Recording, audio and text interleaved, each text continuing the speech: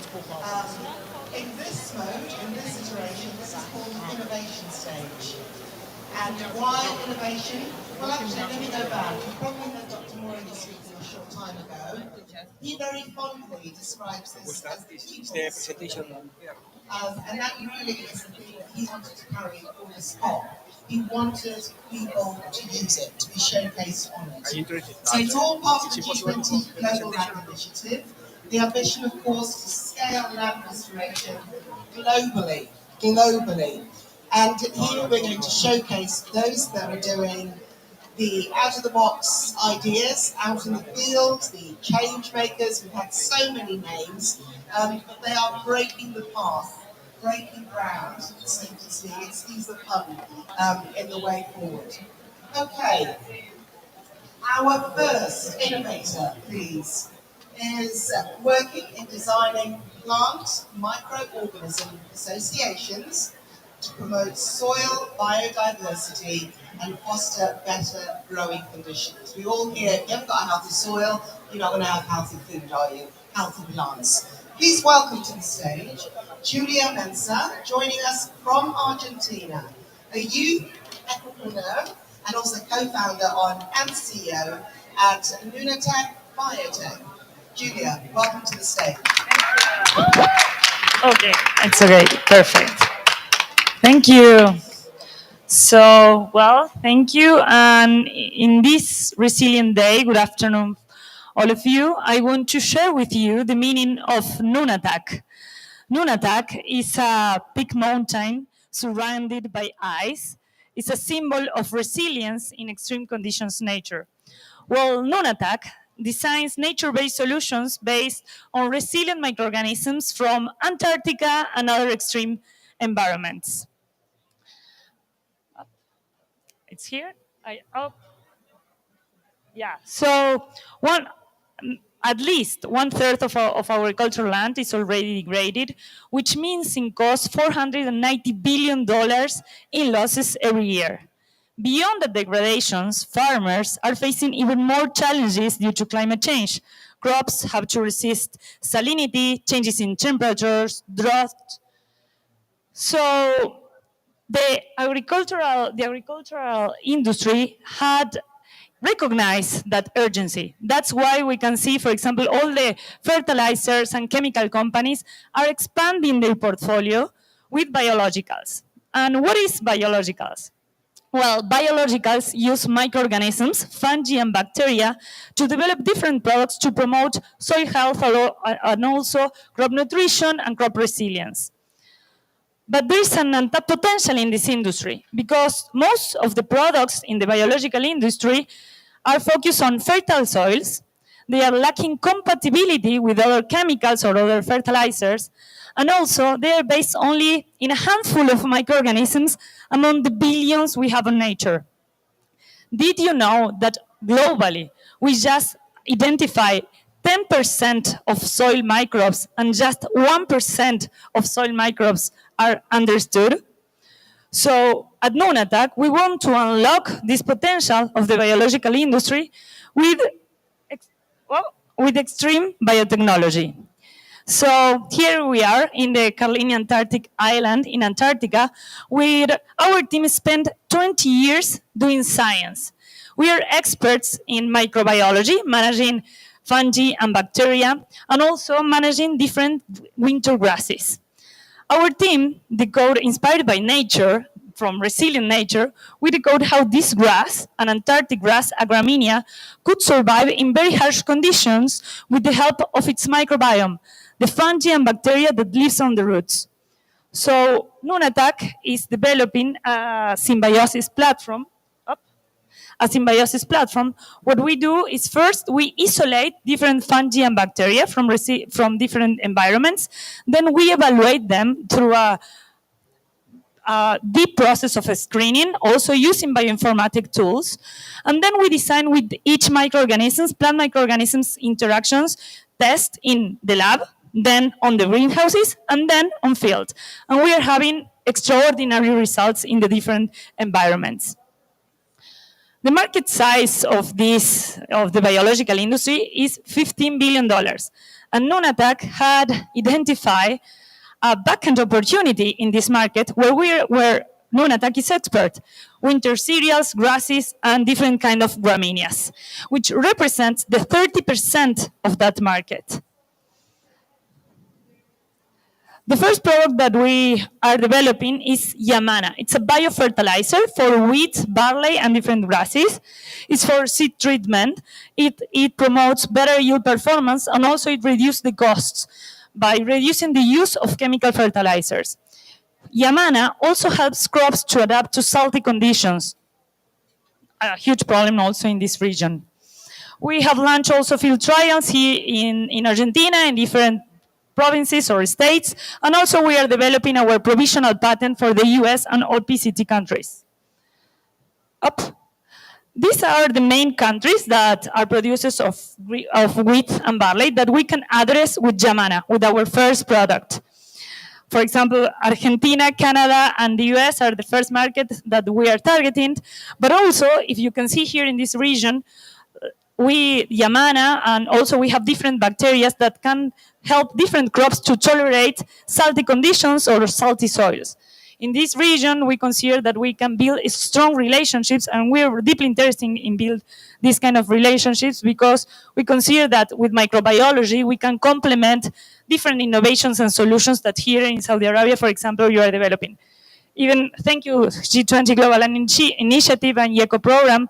Nunatak was participating in Dubai 3 weeks ago in a workshop about biosalinity in IGBA, a huge center of research about biosalinity solutions. But I want to share with you that Yamana, this first product, for us is just the beginning.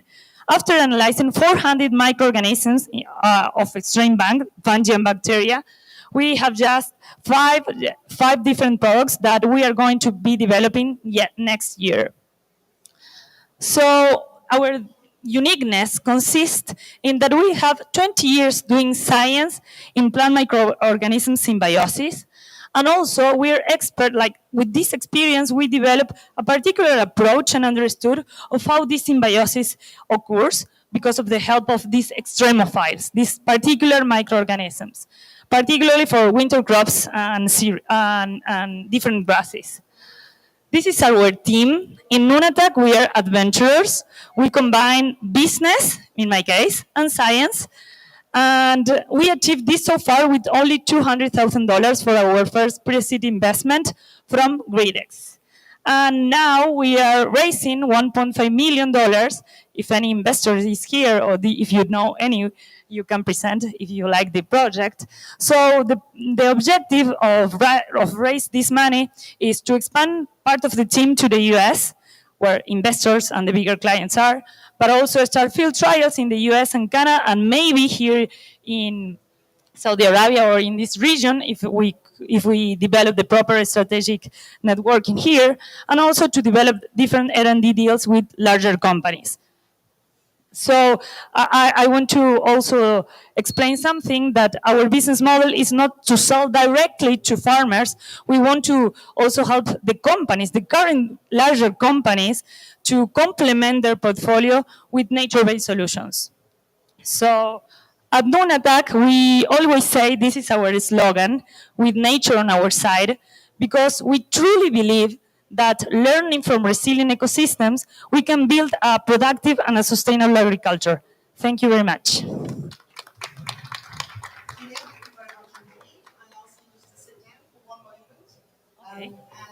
if we can start with any questions from the floor, please.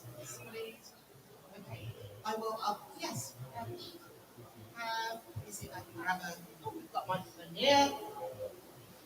Yes, thank you, sir.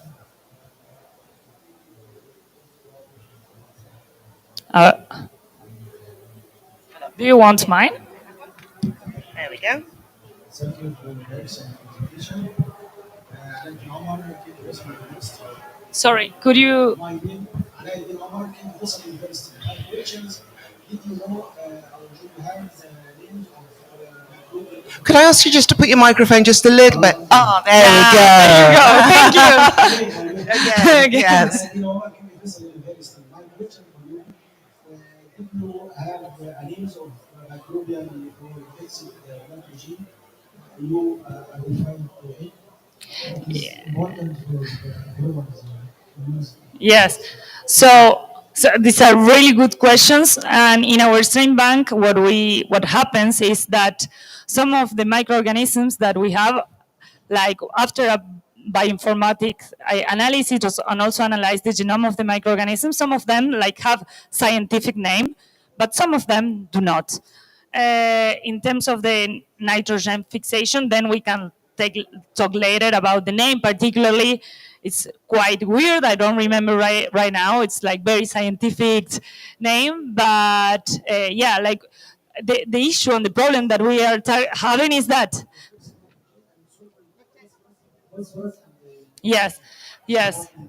So it's a very good question. So in the screening process that we do in order to evaluate the different microorganisms, the first thing that we do is how, like, which are the functionalities that those microbes have. For example, do they fix nitrogen? Do they help to access to more phosphorus? For example, Yamana has two microorganisms that help to access to solubilize more phosphorus. So yeah, we evaluate and also we do like a kind of ranking of those microorganisms, particularly in terms to help also different fertilizers to be used. Like we also, that's why also we reduce the need of the amount of fertilizers, because we help the plant to access better those fertilizers. No, thank you. Yes, I wonder if you could just pass. Thank you. Lovely. Thank you. Thank you very much. NCDC, National Center for Education for providing the education consultant. I worked in Sweden initiative.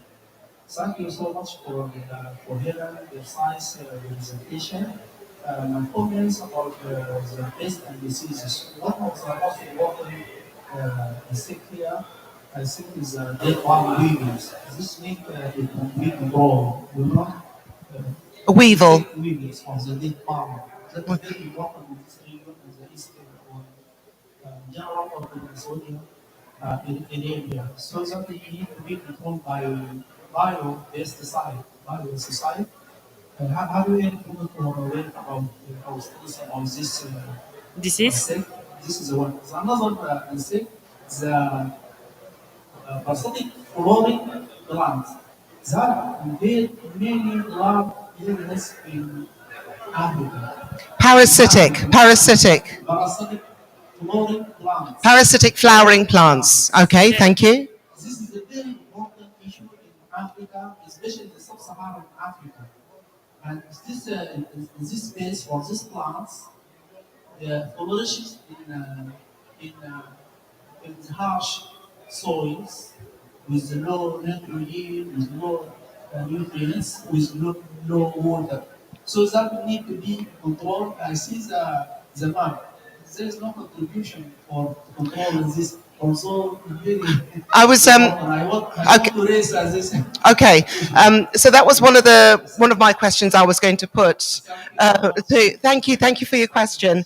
So I think looking at the geographic distribution of your key markets, I think one of the main issues, or not issues, but queries is, we had Australia, we had parts of Latin America, but Africa and the Middle East, parts of the Middle East seem to have been left out. Is that specific to the product that you currently have on market? Yes. I mean, it doesn't stop you from developing others, does it? Yeah. Okay. Yeah, thank you for the question. And exactly, like the map that I showed is about with the first product that we are registering right now. That is Yamana for winter cereals and grasses, wheat, barley. So in those regions, that's why you can see in the north and in the south.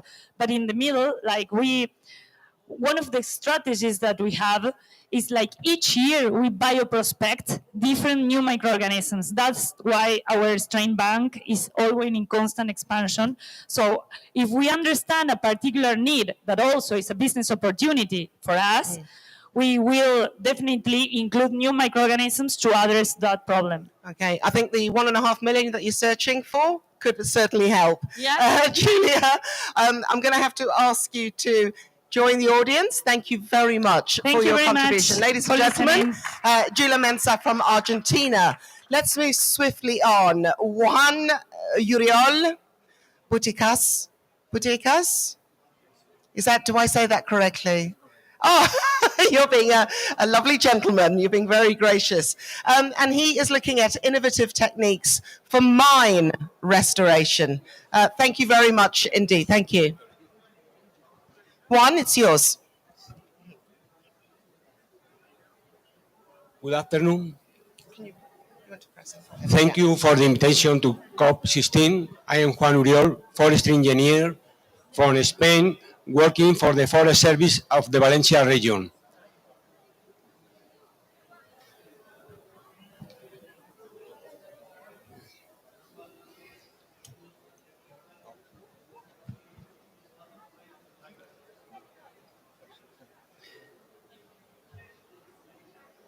Which page would you like, Juan? First. The first page. Okay. Back to the first page. Mining is a key strategic sector, which supplies other industrial sectors with the raw materials needed to produce materials we use every day all over the world. However, mining operations are often carried out over areas of high landscape and ecological value, changing them drastically and almost destroying the impacted ecosystem. Restoration is challenging given the baseline condition, which is why the Light Mine project was launched. The Light Mine project is a demonstration project funded by the European Commission's LIFE program that intends to improve the restoration of open-cast mines based on new techniques. This project is also an example of collaboration between the public administration, the private sector, and the scientific community.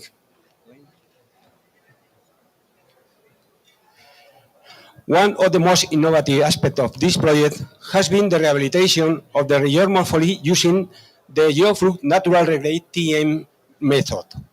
These softwares allow the design of sterile natural landforms and landscapes such as those that will be formed naturally by erosive processes for the materials, climate, and physiographic conditions of the site.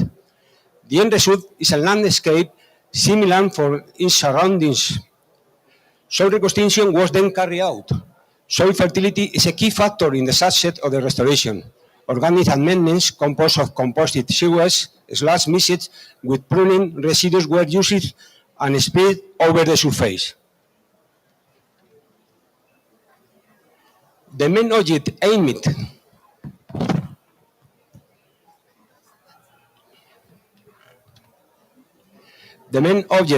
to recover this mining area has been the restoration of the vegetation covered to reestablish the pre-existing vegetation and avoid soil degradation. The main factors considered have been based on climatic factors such as rainfall, topographic features, including slope aspect, gradient, and soil-related factors such as stoniness and soil texture. Based on these restoration techniques and plant communities present in the area and selected based on the Natura 2000 network have been attributed. The intention is to accelerate the recovery of vegetation and ecological processes that will turn this area into ecological functional ecosystems once again. Improvement obtaining from the lifetime projects, the application of new techniques in the rehabilitation of mine sites is an improvement on traditional methods of mine remodeling and revegetation. During the 5 years following implementation, monitoring has been carried out in the field and by drone. The main benefits of these techniques have been technological improvement in the control of water processes, soil restitution and species selection have favored high survival rates and good development of introduced plants, maintenance costs of the restored areas have been reduced, improvement in the ecological value of the land and the landscape integration of the land that once a mining site. The demonstration of innovative techniques has enabled other mining companies to replicate the model in the restorations. In fact, currently other replicas are ongoing in Spain and beyond, e.g. in Sweden and Colombia. The dissemination of results has improved the general perception of mining. Lifetime Mine wishes to be a starting point towards more sustainable mining. The results are, for example, two guides for restoration and control the restoration. We have an award from the European Union, and the most important, the Mines and Quarries Restoration Network is an initiative arising from the Lifetime Mine project that brings together professionals from the extractive sector, public administration, scientific and third sector entities with the aim of promoting sustainable practices in the restoration of areas affected by mining. Thank you very much. Thank you very much. Thank you, Juan. It's not easy presenting in not your home language, so not native language. Thank you very much indeed. We're just going to very quickly watch a film which will adequately and beautifully describe the work that Juan has described.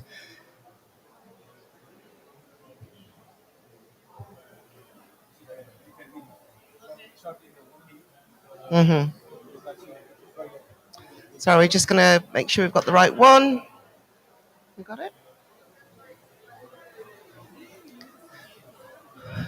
Juan, how long have you been doing this for?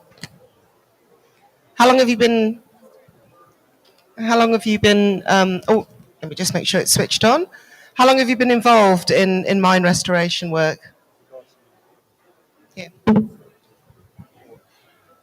Well, we did this project because in Spain it has been compulsory to restore mines on forest land since 1982. Oh, okay. During these years, we have been seeing that this restoration did not work. Okay. Your film is ready. Yes. Take a seat. Juan. Thank you very much indeed.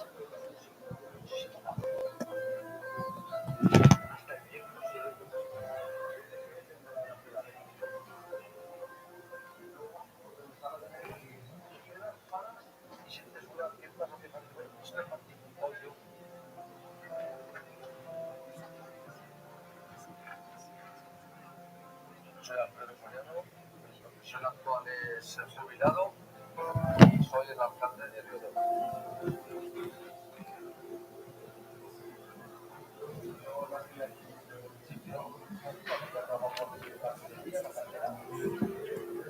I've decided to cover politics.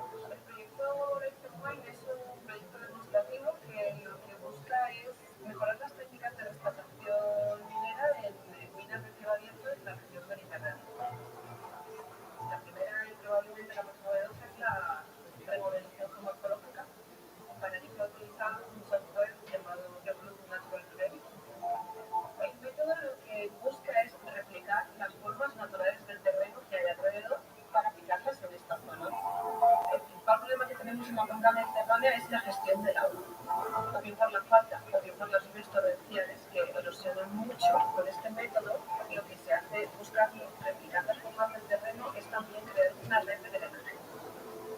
En las formaciones tradicionales, cuando las ves, sabes que haya habido un impacto y sabes que el terreno no es natural.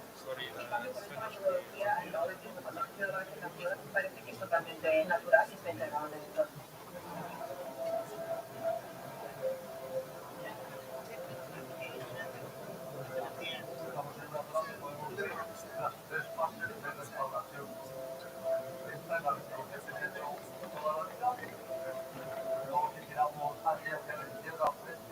Tenemos la restauración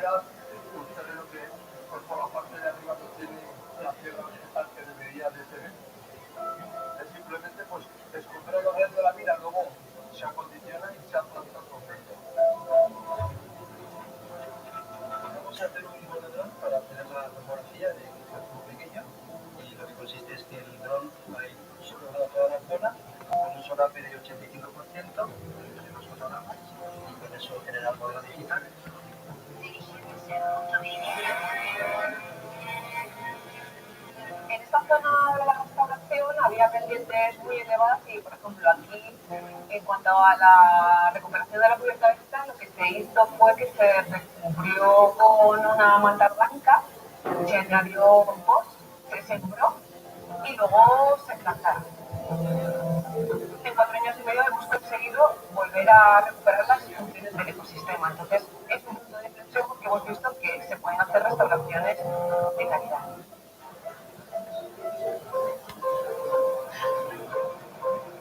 Ah, mira, no me acuerdo. ¿Quién le grabó un hueso de dinosaurio? Esto es un fósil de dinosaurio. No sé qué parte del dinosaurio sea, pero es muy suave. Es totalmente distinto. Esto está muy árido y esto es una parte muy suave. Eso es un hueso incrustado ahí dentro de la montaña.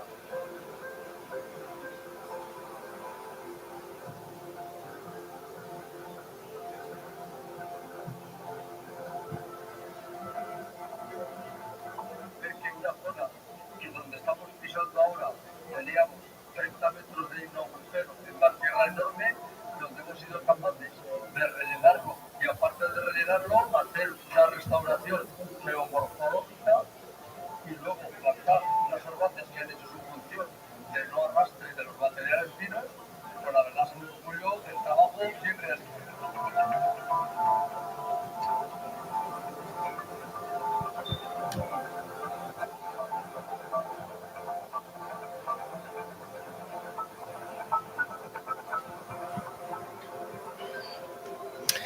Juan, thank you very much indeed. Thank you.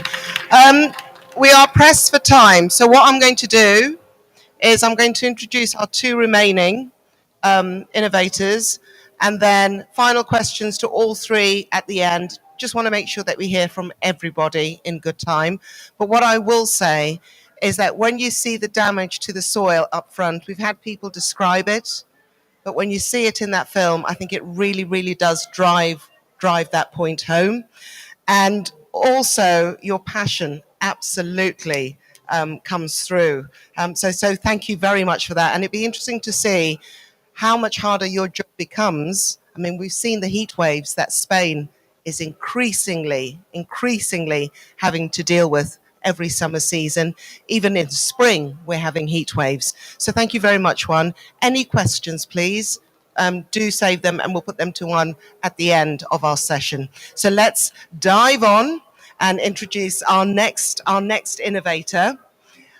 Tantoza Uganja joins us from Malawi in a beautiful coat.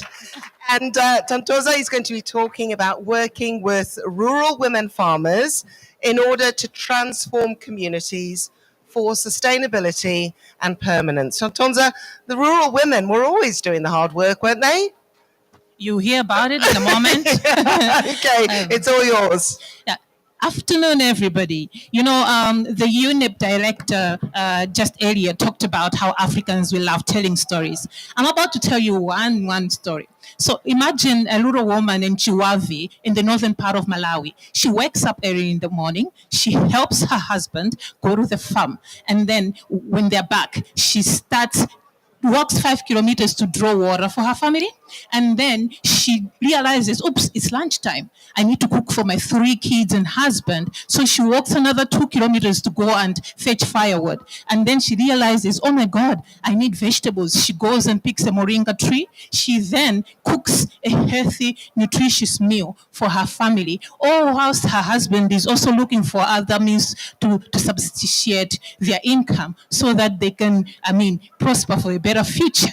Now, this is not a story for just one Malawian woman. It is a story for many African countries, smallholder farmers across sub-Saharan Africa and even most of the global south.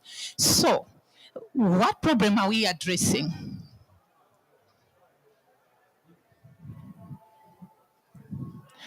So Malawi alone is losing 33,000 hectares of forest cover. Remember how I told you all the leaves she's picking, all the wood she's using? That is the same resilient ecosystem that she relies on that is losing that amount of forest cover.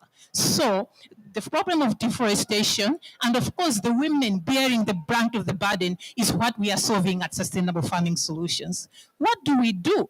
It's simple. For us, we plant, tag, and of course, grow trees with our communities by ensuring that we design approaches, bottom-up approaches that obviously are designed to suit the reality of these resilient communities as they see fit.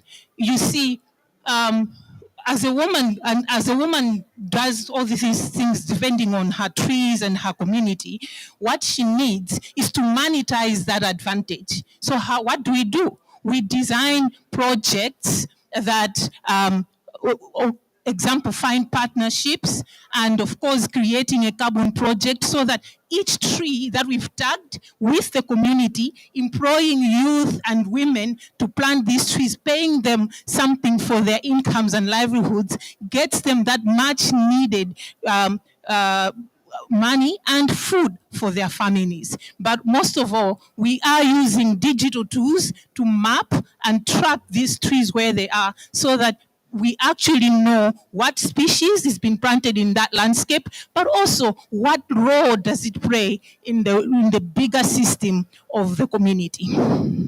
So what have we done so far? We have already registered over 2,800 women farmers. We have already put into restoration about 470 hectares, basically using farmer-managed natural regeneration. We've also financed 1,400 women farmers and purchased land for a resource hub. Why a resource hub? We're building on permanence. We need our communities to own this solution because it is them that drive, that take care of these trees, maintain them, make sure that fires don't destroy these roulottes, so that we can verify for those trying to offset their green gas emissions that here is the tree we planted in 2019, here is how it's growing, and here's how much carbon it is actually sequestering from the atmosphere. What have we done so far? We have put 500 plus youth in clubs so that we can give them green jobs for this tree planting operation. We are actually projecting that 40% of our carbon credit income will go direct to these women farmers and communities. But most of all, we are projecting that we are going to be removing about 107,000 tons of carbon in the atmosphere. And this is just Malawi alone as a start. So our team is a great team of young and enthusiastic technological innovators as well, people skilled in forestry, IT, as well as finance. All of this is being done towards building a very sustainable enterprise that builds resilience in communities, starting just in Malawi. What are we looking for? As a start, we are raising $350,000 to establish and validate our digitally profiled farmers. We are also looking to partner with other institutions, government and private sector, so that we actually showcase our pilot and community carbon project. And we're looking for people like you to share ideas, knowledge, and also make sure that we are sharing our knowledge across borders. If you want to learn more about sustainable farming solutions, please do scan the QR code above, and please reach out, let's share ideas, and of course, invest in us for the better of resilient communities. Thank you. Kadoza, thank you very much indeed. Thank you. I was clicking it for you, so I'm sorry if I was going too fast. I kept going back and forward, back and forward. I do apologize. The tech just seems to have been dying on us recently, but thank you. Thank you. Again, we'll come to questions at the end, so please keep them in mind. Let's move on to our final innovator, please. And Our final innovator comes from the continent of Africa too, but much further north, from Ghana. Richard Appiah is a business development manager from Summer Life, and he is providing modern technological solutions to create sustainable incomes in rural communities, in particular for local men. Richard, the stage is yours. Thank you very much indeed. Thank you. Very much. Hi, everyone. Hope you can hear me. Okay. So Hello. I'm going to keep it very brief. Since there's a case study video that we are going to watch after this. So I'm going to speed run through my slides here. So pardon me if it's a bit too fast. Richard, I will click. If you just let me know when you'd like to click. Yeah, Okay. because I don't think our clicker is working. You have to put it in reverse. Okay. So you just let me know and I will click on. Just turn around and I'll click. All right. Okay, let's go. Excellent. Okay, so Summer Life is an agri-tech company in West Africa, and we work with rural smallholder farmers. We are leveraging software technology to create climate resilience for women farmers in rural areas, which are hard to reach areas that most people would rather not go. The problem we have discovered is that there are about 16 million women share producers in West Africa who are living under less than $2 daily, below the world poverty line.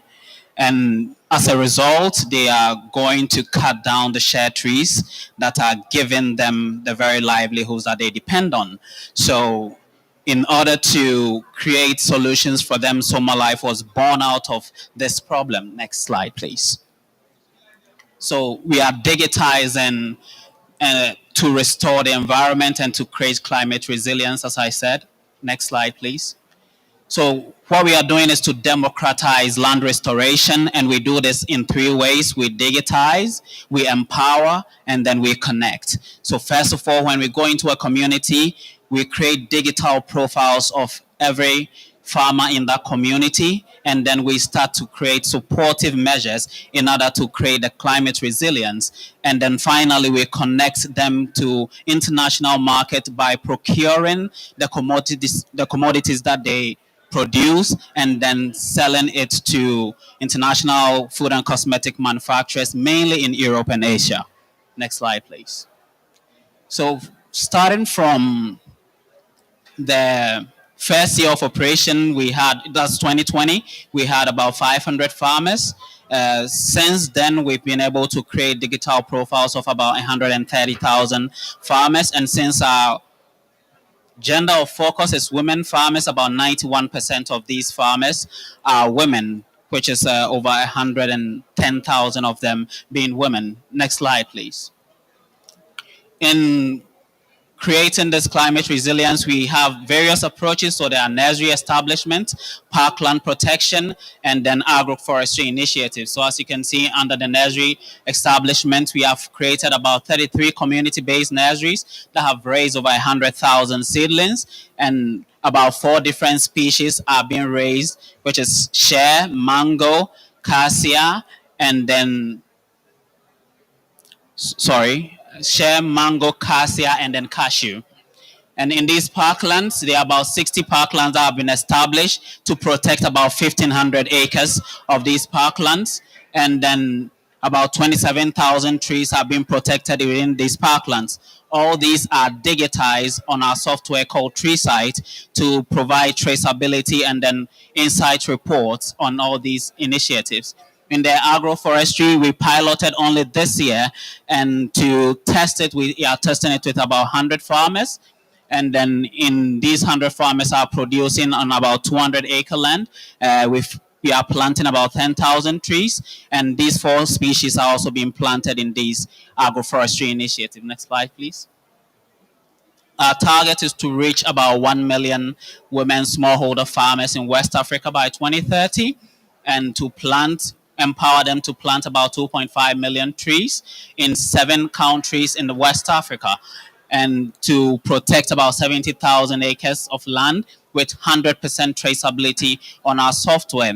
One interesting thing about software is that we are integrating machine learning and AI protocols into it in order to be able to predict the plant health and also to be able to project how well they are doing, and then the AI tool will be able to inform us on what exactly to do in these nurseries in order to increase the yield rate, or in order to be able to protect them. Finally, I think that's my final slide. We'll go on to the case study, which is about 6 to 7 minutes long. You'll be able to learn about how we are doing all of this in a very interesting documentary that was created only this year. With the support of the UNCCD, they flew one of the documentary makers to our country to make this, and it resulted in this beautiful documentary. So thank you for your time. We just want to make sure we've got the right sound being fed through. Just give us one moment, please. Sounds about right. Yeah, perfect. Thank you.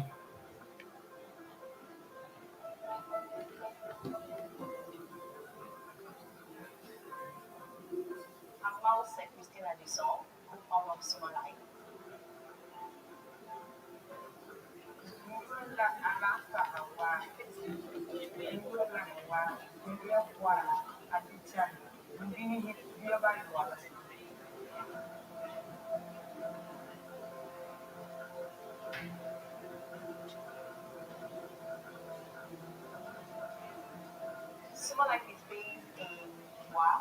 We work with smallholder farmers, particularly women in the shea value chain, and we connect them to global food and cosmetic manufacturers who need to report on the environmental and social impacts.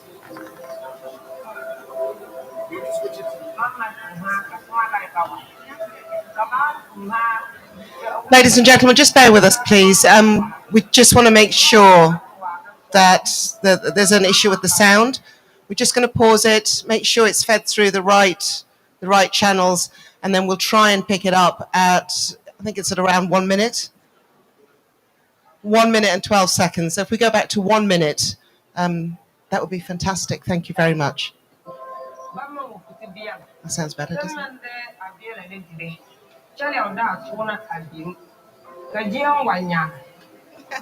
Thank you.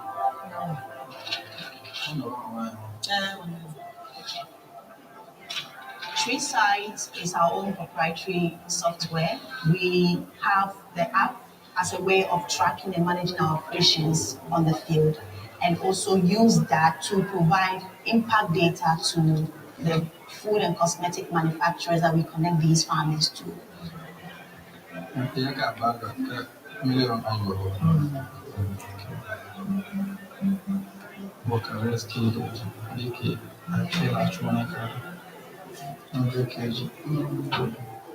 A typical client would get to see that every truck or volume of goods that is coming to them, they will see the number of women who contributed to that truck, the income they got from that, and those women, how many of them are preserving trees in the course of their work and not deforesting the value chain or the environment. So they have the social and environment data on the commodities that are being sent to them.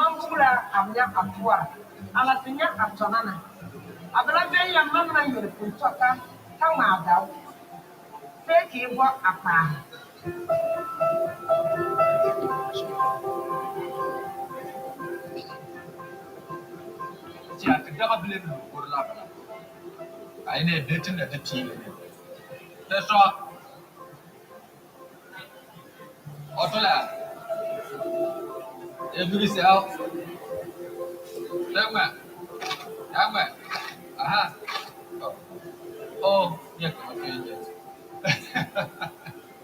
One of our initiatives is on financial inclusion for the women we work with. We want to make sure that beyond our trade with them, they are saving money towards their future.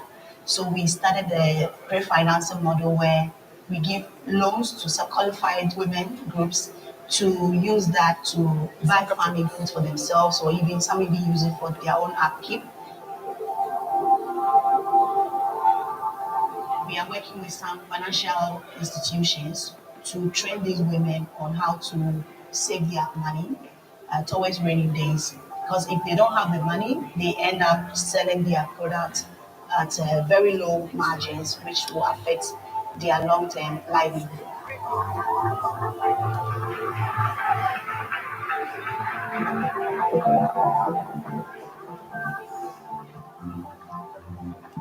When we started our operations in 2020, we engaged only 500 women.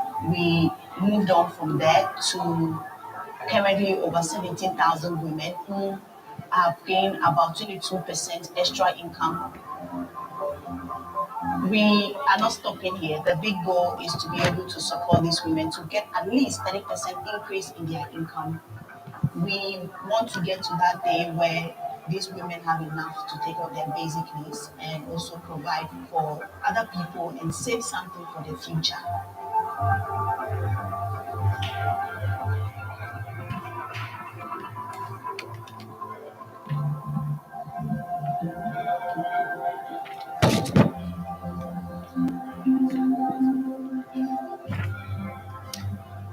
So that was our last documentary contribution by Richard up here from Ghana. Thank you very much for that.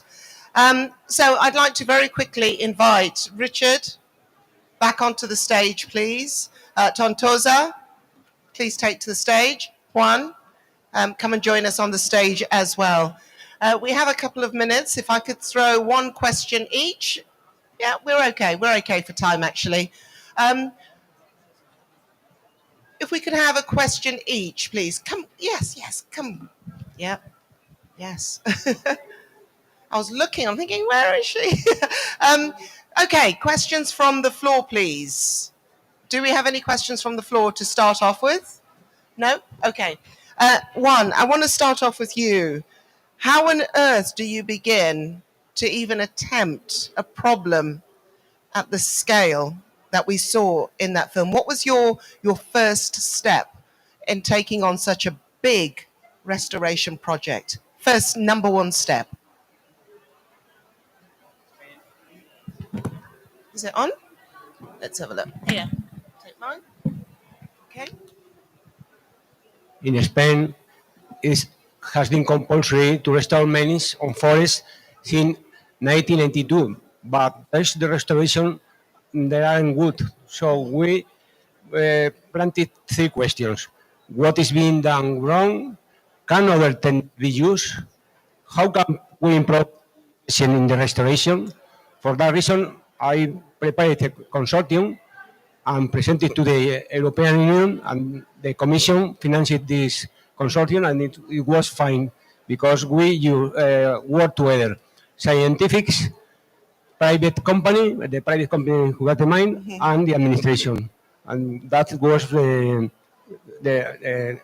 project was fine because everybody worked together and everybody left her own interest for the project. Okay. Juan, thank you very much indeed. At any point, if you'd like to jump in with a question, please just raise your hand. And we have a question. Can we please get the microphone to the gentleman at the end who was actually a presenter on the innovation stage yesterday? Please.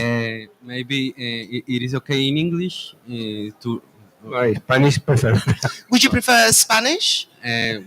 For me, it's I can do it. I wonder if you could ask the question in Spanish, and then Juan, if you can answer in English, fine, go ahead. We may well ask you for a translation. Is that okay?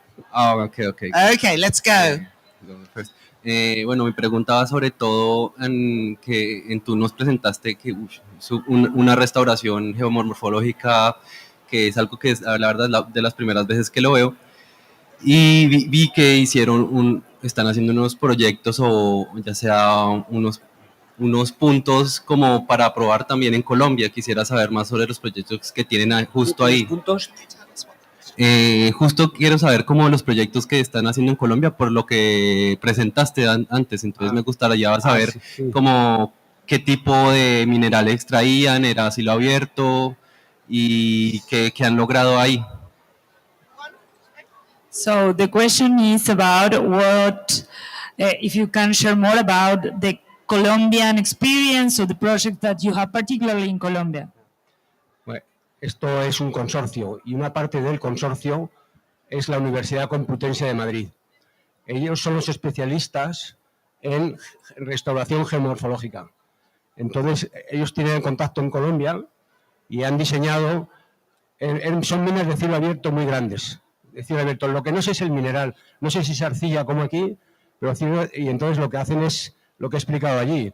Un modelo digital viene un terreno parecido, hacen un modelo digital del proyecto y restauran con un software que se llama GeoFlow Natural Regrade. Es una extensión muy grande, pero los datos no los tengo. Te los puedo dar más adelante con el compañero de la Universidad Complutense. So the answer was that in Colombia, through the Complutense University de Madrid, yes, they developed that project. So through a software like mapping, and then with all the data, and a particular software they have, and he's open to share the information to Manuel or anyone that is interested in. Thank you very much, Thank you. Thank you very much. Any more questions? Yes, gentleman in the green shirt. Yes. Yeah. Question 2. Yeah. Question. To who? Who would you like the question directed to? Gender to the people working with women. So Richard and Antoza. Okay. Yeah. Thank you. There is a lot of practice in Africa, especially where you find like there are 30 women in the group, and maybe they are saving small amount of money, and there is a lot of exploitation to these women because they are participating in the project, but when it comes to really supporting their livelihood in their homes, the support is very mean. How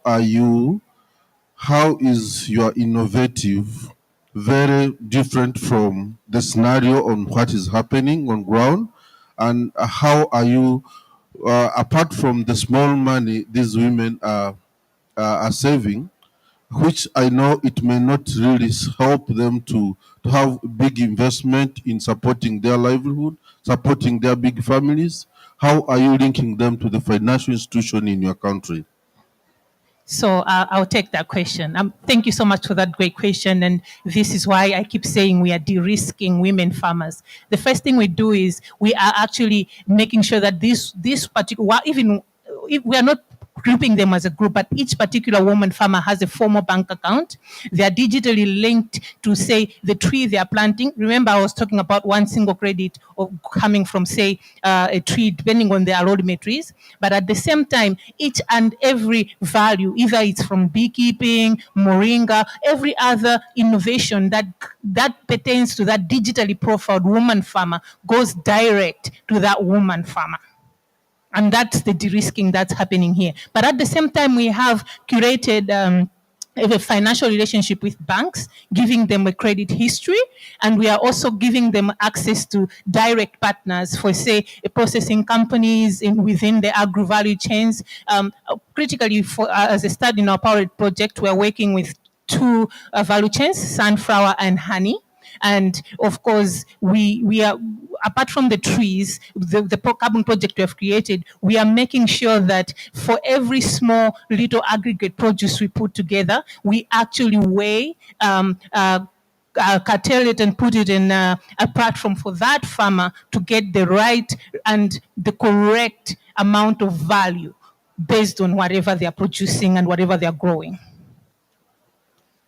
Okay, yes, I would also speak to it. It's very true what you mentioned about the exploitation, and which is one thing that sparked the establishment of Soma Life, because we realized that a lot of aggregators that buy from Richard, these can you women. make your, just hold your, yeah. Okay, Yeah. that buy from these women sometimes do exploit them. So one thing that we are doing, and especially to stay compliant, because a lot of our customers are in Europe and they require that fair trade and traceability requirement, is to be able to get these certifications, and also with the help of our software, be able to provide traceability of exactly where we are getting the commodities from, so that we ensure that we are sourcing ethically. And to speak to the financial institution is very similar thing to what my sister is doing. So we also form partnerships with formal banking institutions who would rather not work directly with women farmers, but they trust us as an institution. So what we do is to guarantee the loans that they provide for these farmers, guarantee payment for them. And then when it's time for us to recover the payment from the farmers, we take commodities instead of cash, which is more beneficial to them. Okay. Richard, thank you very much. Do I have any more? I'm calling from, oh, we have a follow-up. Yeah. Last question. Yeah. Thank you very much. Yes, Thank please. you. In terms of innovation, where do you see your project in the next 5 years? And how have you supported these women to come up with a strategic plan, especially on value addition on what they are producing? Because I believe that however much is there is like that digital connection to them, but some of them they're in need of the daily cash to support their daily expense. So how are you supporting them to have innovative and adding value on what they are producing in time? Thank you. You're talking about real life impacts, aren't you? And whether it's meeting their immediate needs.